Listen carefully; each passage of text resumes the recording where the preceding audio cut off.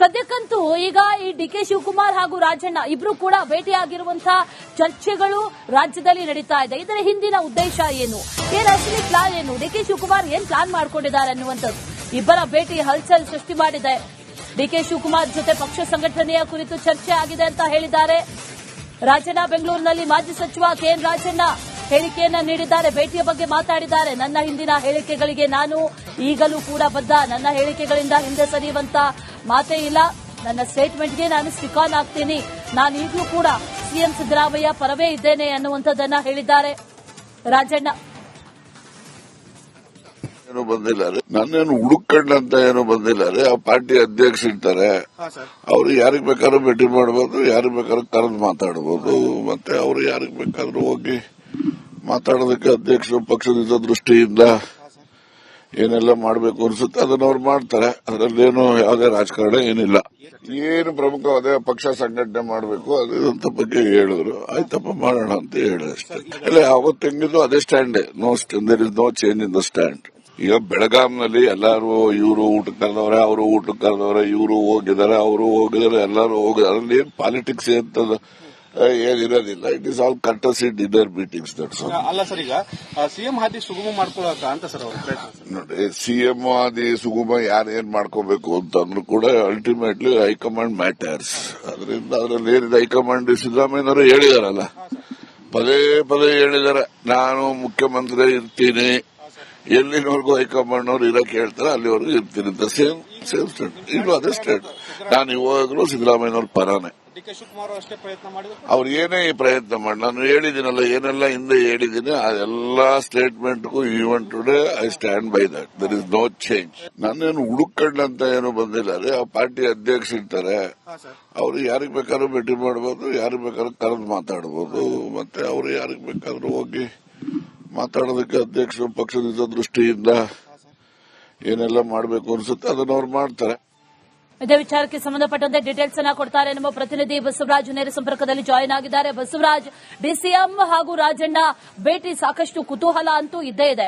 ಈಗ ಈ ಸಿಎಂ ಬಣದವರನ್ನ ಭೇಟಿ ಆಗ್ತಾ ಇರೋದಿದೆಯಲ್ಲ, ಇದು ಆಕ್ಚುಲಿ ಕುತೂಹಲಕ್ಕೆ ಕಾರಣ ಆಗ್ತಾ ಇರೋದು. ಹಾಗಾದ್ರೆ ಡಿಸಿಎಂ ಅಸಲಿ ಪ್ಲಾನ್ ಏನು? ಈಗ ಹಾಗಾದ್ರೆ ಈ ಸಿಎಂ ಬಣದವರನ್ನ ಭೇಟಿ ಆಗೋದು, ಸಮನ್ವಯ ಕಾಯ್ದುಕೊಳ್ಳೋದು, ಇಂಥ ಅನಿವಾರ್ಯತೆ ಏನಾದ್ರೂ ಸೃಷ್ಟಿ ಆಯ್ತಾ ಅನ್ನುವಂತ ಪ್ರಶ್ನೆ ಕಾಡ್ತಾ ಇದೆ ಬಸವರಾಜ್. ಖಂಡಿತ ಅಶ್ವಿನಿ, ಬಹಳ ಪ್ರಮುಖವಾಗಿ ಡಿಕೆ ಶಿವಕುಮಾರ್ ಅವರ ಹಾದಿ ಸುಗಮವಾಗ್ತಾ ಇಲ್ಲ. ಯಾಕಂದ್ರೆ ಎಲ್ಲರೂ ಕೂಡ ಅಡ್ಡಗಾಲಾಗ್ತಾ ಇದ್ದಾರೆ ಮತ್ತು ಧ್ವನಿ ಎತ್ತಾ ಇದ್ದಾರೆ ಸಿದ್ದರಾಮಯ್ಯ ಪರವಾಗಿ. ಸಿದ್ದರಾಮಯ್ಯ 5 ವರ್ಷ ಇರಬೇಕು, ಈಗಾಗಲೇ 2.5 ವರ್ಷ ಪೂರೈಸಿದ್ರೆ ಇನ್ನು 2.5 ವರ್ಷ ಅವರೇ ಇರ್ತಾರೆ ಅನ್ನೋದನ್ನ ಬಲವಾಗಿ ಒಂದಷ್ಟು ಸಚಿವರು ಹೇಳ್ತಾ ಇದ್ದಾರೆ, ಶಾಸಕರು ಹೇಳ್ತಾ ಇದ್ದಾರೆ. ಅವರು ಇಲ್ಲಿವರೆಗೂ ಬಲವಾಗಿ ಹೇಳ್ತಾ ಹೋಗ್ತಾರೋ ಅಲ್ಲಿವರೆಗೂ ಹೈಕಮಾಂಡ್ ರಾಜ್ಯದಲ್ಲಿ ನಾಯಕತ್ವದ ವಿಚಾರವಾಗಿ ಗೊಂದಲ ಮಾಡಕ್ಕೆ ಹೋಗಲ್ಲ ಮತ್ತು ಯಥಾಸ್ಥಿತಿಯನ್ನು ಕಾಪಾಡಿಕೊಂಡು ಹೋಗುತ್ತೆ. ಇದು ಡಿಕೆ ಶಿವಕುಮಾರ್ ಅವರಿಗೆ ಹಿನ್ನಡೆ ಆಗುತ್ತೆ ಅನ್ನೋದು ಬಹಳ ಪ್ರಮುಖವಾಗಿರ್ತಕ್ಕಂಥದ್ದು. ಯಾಕಂದ್ರೆ ಡಿಕೆ ಶಿವಕುಮಾರ್ ಪಕ್ಷಕ್ಕೆ ದುಡಿದಿದ್ದಾರೆ, ಅಧಿಕಾರಕ್ಕೆ ತರುವಲ್ಲಿ ಕೆಲಸ ಮಾಡಿದ್ದಾರೆ, ಒಪ್ಪಲ್ಲ. ಆದ್ರೆ ಅಧಿಕಾರ ಹಂಚಿಕೆ ಅಂತ ಬಂದಾಗ ಒಂದಷ್ಟು ಶಾಸಕರು ಸಚಿವರು ಗೊಂದಲವನ್ನು ಉಂಟು ಮಾಡಿದ್ದೇ ಆದಲ್ಲಿ ಕಾಂಗ್ರೆಸ್ ಹೈಕಮಾಂಡ್ ರಾಷ್ಟ್ರ ಮಟ್ಟದಲ್ಲಿ ತಲೆ ತಗ್ಗಿಸಬೇಕಾದಂತದ್ದು ಮತ್ತು ರಾಷ್ಟ್ರ ಮಟ್ಟದಲ್ಲಿ ಬೆಲೆ ತರಬೇಕಾದಂತ ಅನಿವಾರ್ಯತೆ ಎದುರಾಗುತ್ತೆ. ಹೀಗಾಗಿ ಯಾರೆಲ್ಲ ಧ್ವನಿ ಎತ್ತಾ ಇದಾರಲ್ಲ ಸಿಎಂ ಪರವಾಗಿ, ಅವರನ್ನ ನಮ್ಮ ಪರವಾಗಿ ಪಾಲಿಸಿಕೊಳ್ಳಬೇಕು, ನನ್ನ ಪರವಾಗಿ ಒಂದಷ್ಟು ಧ್ವನಿ ಎತ್ತುವಂತ ಕೆಲಸಗಳಾಗಬೇಕು. ಅಥವಾ ಹೈಕಮಾಂಡ್ ಏನ್ ತೀರ್ಮಾನ ಮಾಡುತ್ತೆ ಅದಕ್ಕೆ ನಾವು ಬದ್ಧವಾಗಿರ್ತೇವೆ. ಸಿದ್ದರಾಮಯ್ಯ ಅವರೇ ಮುಂದುವರೆದ್ರೆ ತೊಂದರೆ ಇಲ್ಲ, ಡಿಕೆ ಶಿವಕುಮಾರ್ ಕೊಟ್ಟರು ಕೂಡ ತೊಂದರೆ ಇಲ್ಲ ಅನ್ನುವಂತ ಮಾತುಗಳು ಆ ನಾಯಕರು, ಆ ಸಚಿವರು, ಆ ಶಾಸಕರಿಂದ ಬಂದಾಗ ಮಾತ್ರ ನನ್ನ ಹಾದಿ ಸುಗಮ ಆಗುತ್ತೆ ಅನ್ನುವಂತ ಮನವರಿಕೆ ಡಿಕೆ ಶಿವಕುಮಾರ್ ಅವರಿಗೆ ಆದಂತಿದೆ. ಯಾಕಂದ್ರೆ ಈ ಡಿಲೇ ಆಗ್ತಾ ಇರೋ ಪ್ರೊಸೆಸ್ ಅನ್ನು ನೋಡಿದ್ರೆ ಬಹಳ ಪ್ರಮುಖವಾಗಿ ಕಾಂಗ್ರೆಸ್ ಹೈಕಮಾಂಡ್ ಯಾವುದೇ ಕಾರಣಕ್ಕೂ ಗೊಂದಲ ಆಗಬಾರದು, ಸಿದ್ದರಾಮಯ್ಯ ಅವರನ್ನ ಇಳಿಸಿ ನಾವು ಮತ್ತೆ ಬೆಲೆ ತೆರಬಾರದು ಅನ್ನುವಂತ ನಿರ್ಧಾರಕ್ಕೆ ಬಂದಂತೆ ಕಾಣಿಸ್ತಾ ಇದೆ. ಆದ್ರಿಂದ ಡಿಕೆ ಶಿವಕುಮಾರ್ ಅವರಿಗೆ ಅನಿವಾರ್ಯವಾಗ್ತಾ ಇದೆ. ಡಿಕೆ ಶಿವಕುಮಾರ್ ಅವರು ಸಿದ್ದರಾಮಯ್ಯ ಅವರ ಬಣದಲ್ಲಿ ಯಾರೆಲ್ಲ ಗುರುತಿಸಿಕೊಂಡಿದ್ದಾರೆ ಅವರನ್ನ ಭೇಟಿ ಮಾಡುವ ಮೂಲಕ ಅವರನ್ನ ಮನವೊಲಿಸುವಂತದ್ದು. ನನ್ನ ಪರವಾಗಿ ಹೈಕಮಾಂಡ್ ಏನಾದರೂ ತೀರ್ಪನ್ನು ಕೊಟ್ಟೆ ನೀವು ಖಂಡಿತವಾಗಿ ಬೆಂಬಲಿಸಬೇಕು, ವಿರೋಧ ಮಾಡಬಾರದು, ನಾನು ನಿಮಗೆ ಮುಂದಿನ ದಿನಗಳಲ್ಲಿ ಸಹಕಾರ ಕೊಡ್ತೇನೆ ಅನ್ನುವಂತ ಮಾತುಗಳನ್ನು ಹೇಳ್ತಾ ಇದ್ದಾರೆ. ಹಾಗಾಗಿ ಸಿದ್ದರಾಮಯ್ಯ ಬೆಂಬಲಿಗರು ಈಗ ವಾಲ್ತಾರ ಅಥವಾ ಇಲ್ವಾ ಅಥವಾ ಹೈಕಮಾಂಡ್ ನಿರ್ಧಾರಕ್ಕೆ ಬದ್ಧವಾಗ್ತಾರ ಅನ್ನೋದನ್ನ ಕಾದು ನೋಡಬೇಕಾಗುತ್ತೆ. Ashwini. Right Basavaraj, thank you details.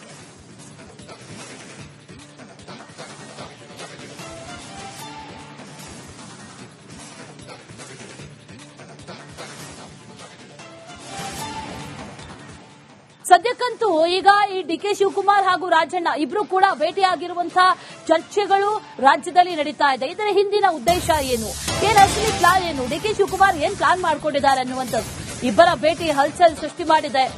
DK Shivakumar ಜೊತೆ ಪಕ್ಷ ಸಂಘಟನೆಯ ಕುರಿತು ಚರ್ಚೆ ಆಗಿದೆ ಅಂತ ಹೇಳಿದ್ದಾರೆ. ರಾಜಣ್ಣ ಬೆಂಗಳೂರಿನಲ್ಲಿ ಮಾಜಿ ಸಚಿವ ಕೆಎನ್ ರಾಜಣ್ಣ ಹೇಳಿಕೆಯನ್ನ ನೀಡಿದ್ದಾರೆ. ಭೇಟಿಯ ಬಗ್ಗೆ ಮಾತಾಡಿದ್ದಾರೆ. ನನ್ನ ಹಿಂದಿನ ಹೇಳಿಕೆಗಳಿಗೆ ನಾನು ಈಗಲೂ ಕೂಡ ಬದ್ಧ. ನನ್ನ ಹೇಳಿಕೆಗಳಿಂದ ಹಿಂದೆ ಸರಿಯುವಂತ ಮಾತೇ ಇಲ್ಲ. ನನ್ನ ಸ್ಟೇಟ್ಮೆಂಟ್ಗೆ ನಾನು ಸ್ಟಿಕ್ ಆನ್ ಆಗ್ತೀನಿ. ನಾನು ಈಗಲೂ ಕೂಡ ಸಿಎಂ ಸಿದ್ದರಾಮಯ್ಯ ಪರವೇ ಇದ್ದೇನೆ ಅನ್ನುವಂಥದ್ದನ್ನ ಹೇಳಿದ್ದಾರೆ ರಾಜಣ್ಣ.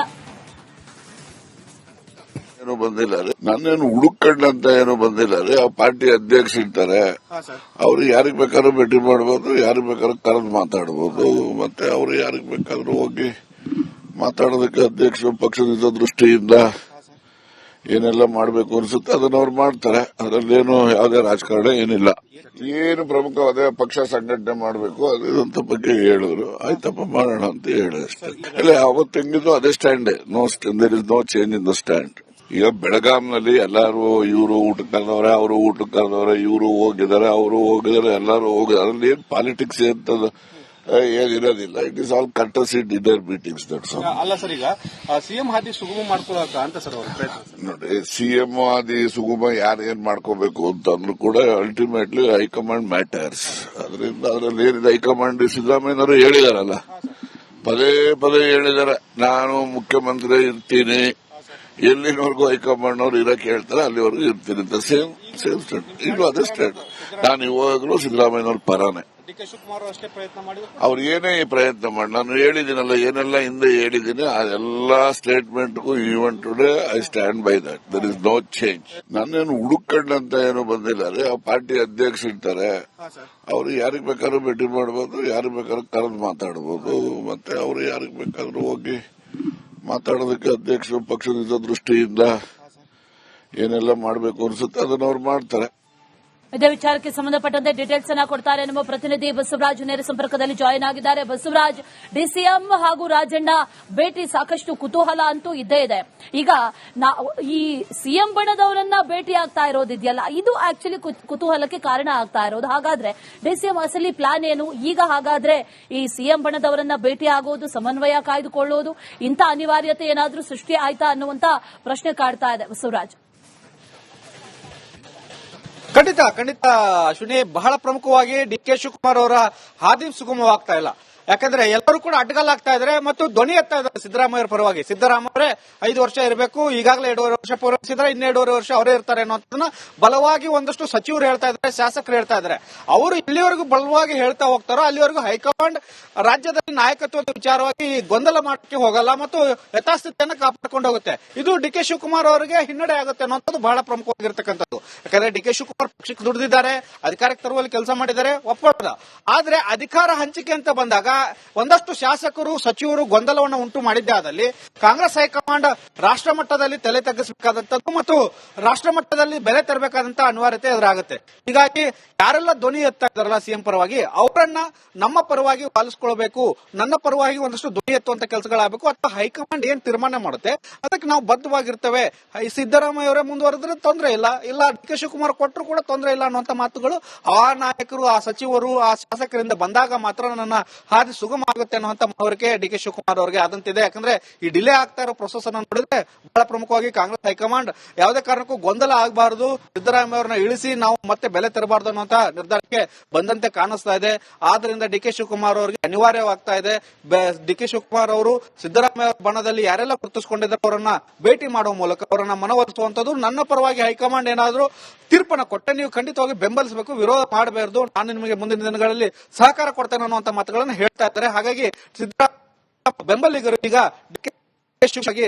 ವಾಲ್ತಾರ ಅಥವಾ ಇಲ್ವಾ ಅಥವಾ ಹೈಕಮಾಂಡ್ ನಿರ್ಧಾರಕ್ಕೆ ಬದ್ಧವಾಗ್ತಾರ ಅನ್ನೋದನ್ನ ಕಾದ್ ನೋಡಬೇಕಾಗುತ್ತೆ. Ashwini. Right Basavaraj, thank you details.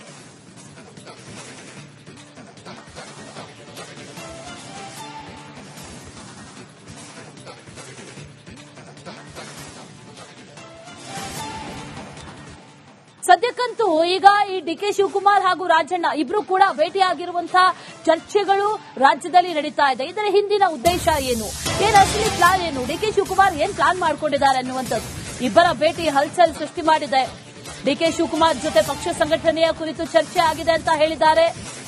Rajanna ಬೆಂಗಳೂರಿನಲ್ಲಿ ಮಾಜಿ ಸಚಿವ ಕೆಎನ್ ರಾಜಣ್ಣ ಹೇಳಿಕೆಯನ್ನ ನೀಡಿದ್ದಾರೆ. ಭೇಟಿಯ ಬಗ್ಗೆ ಮಾತಾಡಿದ್ದಾರೆ. ನನ್ನ ಹಿಂದಿನ ಹೇಳಿಕೆಗಳಿಗೆ ನಾನು ಈಗಲೂ ಕೂಡ ಬದ್ಧ. ನನ್ನ ಹೇಳಿಕೆಗಳಿಂದ ಹಿಂದೆ ಸರಿಯುವಂತ ಮಾತೇ ಇಲ್ಲ.